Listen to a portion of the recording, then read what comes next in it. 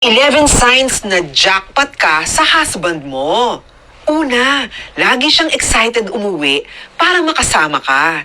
Ibig sabihin, ikaw ang pahinga niya. Pangalawa, alam mo ang phone at Facebook passwords niya. Wala siyang tinatago. Pangatlo, pinagkakatiwala niya sa'yo ang budget ng sweldo niya. At hindi siya yung laging hingi ng hingi o nagtatanong kung saan napunta ang pera. Pang-apat, pag day off niya, sa'yo at sa mga anak niyo siya. Hindi sa barkada, hindi gala. Pang-lima, nakikinig siya sa mga hinaing mo. Hindi nagmamadali, hindi nagro-roll eyes. Pang-anim, lagi kang kasama sa decision making kasi mahalaga ka sa kanya yung feelings mo.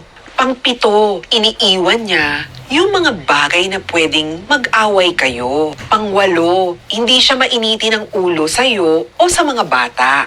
Pang-siyam, wala siyang sekreto. Kung ano ang meron, sinasabi niya.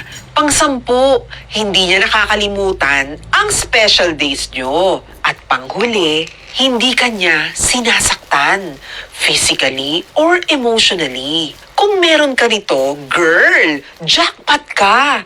Hindi perfect, rare ang ganyan lalaki ngayon. Kaya habang minamahal ka niya ng totoo, maging mabuting asawa ka rin ha? Because real love, team effort yan. Oy, real talk lang ha?